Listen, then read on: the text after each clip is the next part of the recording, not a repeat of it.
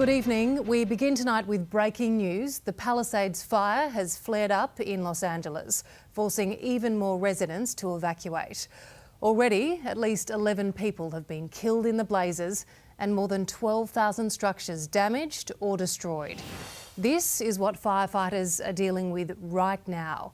And US correspondent Jonathan Kersley is in the Los Angeles neighbourhood of Brentwood tonight. Jono, the threat is drawing closer to the heart of LA.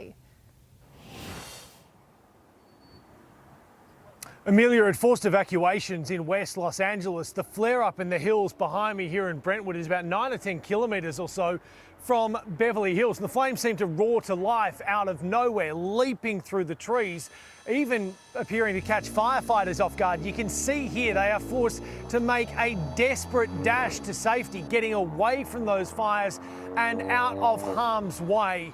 As we go to air tonight, the threat is starting to subside. A giant layer of fire retardant up on those hills and a lack of wind is the saving grace for an already anxious community. The flare-up is from the Palisades fire that over the other side of the hills has already caused so much devastation and destruction, and where people are still finding out they've lost everything. Back on the beach, that's forever changed. This was home for Brisbane's James Willis for 4 years. It's the first time he's seen it since it was reduced to rubble. My whole deck was here. Look, there's my fireplace. It was brand new. This was your slice of paradise. Yeah, mate, this is my home. This is my home. Yeah. James stayed to fight the flames in Malibu, but in the end the battle was too big.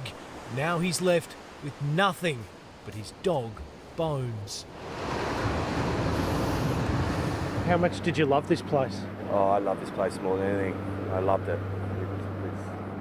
It was our own little sanctuary. It's like you get out of the LA bubble, you're in your own little world here. But this little world will never be home again. There's too many good memories here, and it's time to move on.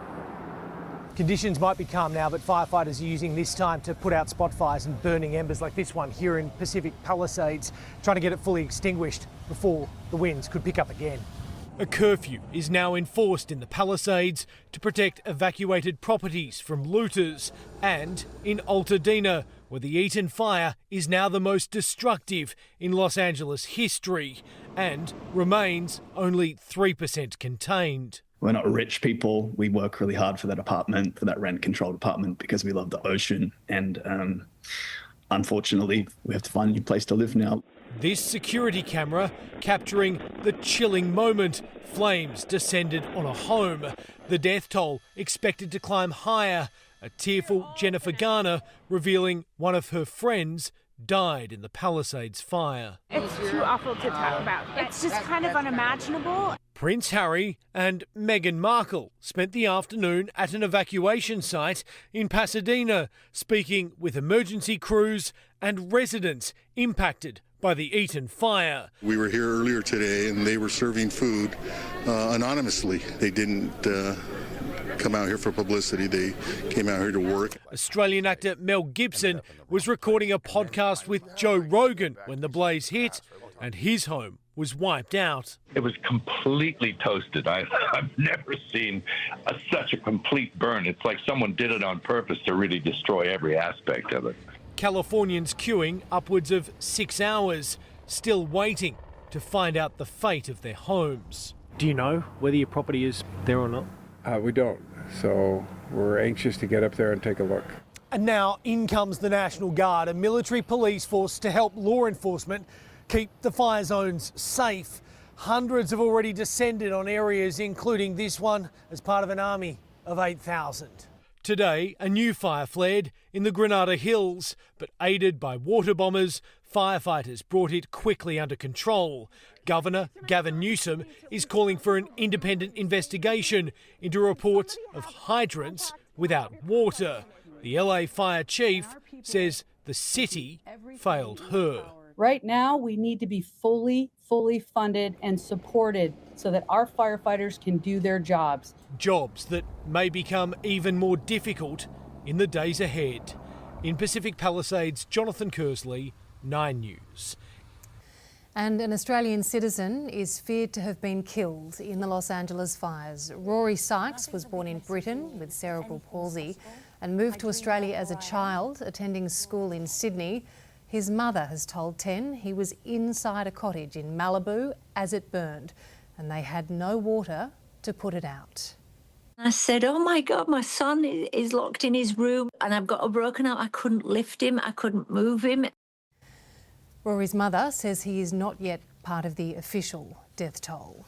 He fought it until the end, but Donald Trump has now been sentenced for his hush money conviction. He'll avoid prison and any significant punishment, but the process cements his status as a felon just over a week before his inauguration.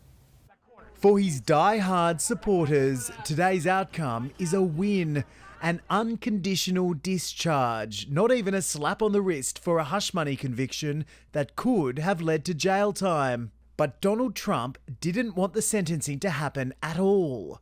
This has been a very terrible experience. I think it's been a tremendous setback for New York and the New York court system. All of the president-elect's efforts to quash the case failed, including a bid to get the Supreme Court to intervene. A symbolic loss just 10 days before he returns to the White House. I'm totally innocent. I did nothing wrong. If they really were serious about getting Donald Trump, they would put him in jail. But they're not serious. They just want to say, we got you. But it was Trump's unique position as president-elect that spared him from punishment. This court has determined that the only lawful sentence that permits entry of a judgment of conviction without encroaching upon the highest office in the land is an unconditional discharge. Trump is still not happy and says he'll continue his efforts to appeal the conviction. In the end, the election victory was Trump's trump card, but the fact that the sentencing happened here in New York today at all is proof that the president-elect might not have the influence over the justice system he thought he had. Today's brief hearing stands in stark contrast to the dramatic 7-day criminal trial, but the result still significant. Donald Trump will be the first president who is also a sentenced felon. In New York City, Reid Butler, 9 News. Good evening. A young man has been fatally stabbed during a frenzied gang attack in Melbourne's west. His killers remain on the run and as his family tries to come to terms with another tragedy. His brother was shot dead just 2 years ago. More from crime reporter Gillian Lantouris. Armed with machetes, 3 carloads of youths pull up at a Wyndham Vale reserve before unleashing a violent ambush.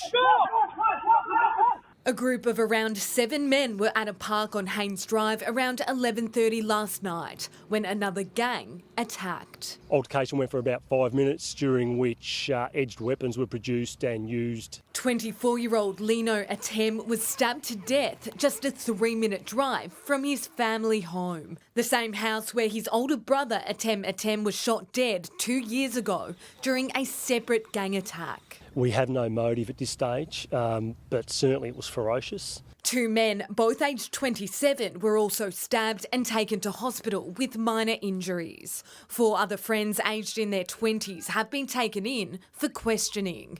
The offending group fled as quickly as they arrived, leaving a bloody trail of destruction in their wake, including this smashed Toyota and fearful witnesses. It's really shocking. Hearing someone's been stabbed, it was scary, yeah.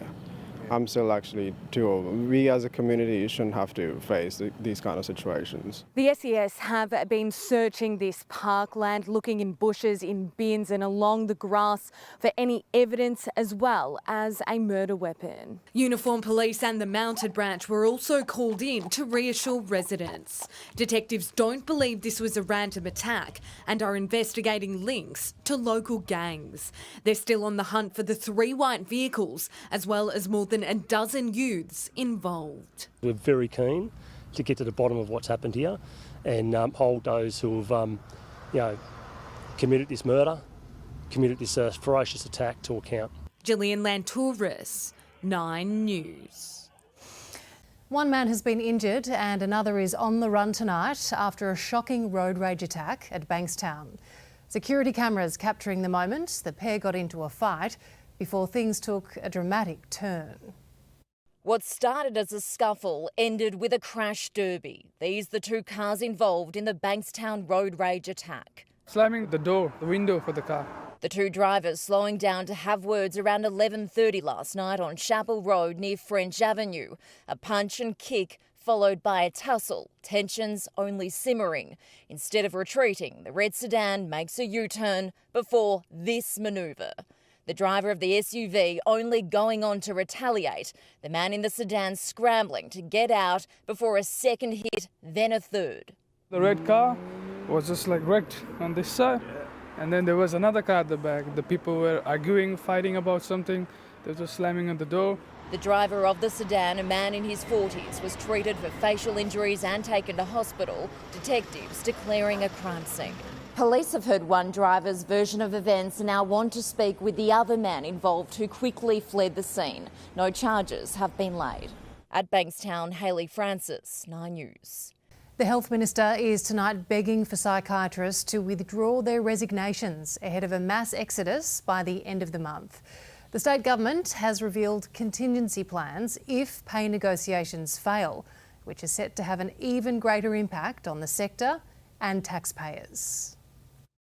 A mental health system already under immense strain, and in 10 days, 77% of the state's public psychiatrists will leave their jobs.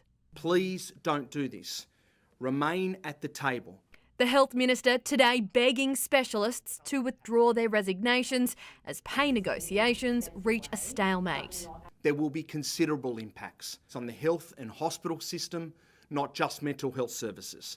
Public sector psychiatrists are asking for a 25% pay increase, a figure too high for the government to meet. After a decade of wage suppression in this state, there are obviously differences in remuneration, but we can't afford wage increases akin to around $90,000. Dr Pramudi is among the 200 fed up. When our neighbouring states are offering 30% more than New South Wales, it means that we are bleeding psychiatrists across the borders. This is something that we really do with a heavy heart. The government has contingency plans if an agreement cannot be made, including relying more heavily on contractors who are paid 3 times as much, placing a greater strain on the budget. This is us working within the government's wages policy and working together through the industrial umpire in an attempt to resolve this situation. Erin Ramsey, 9 News.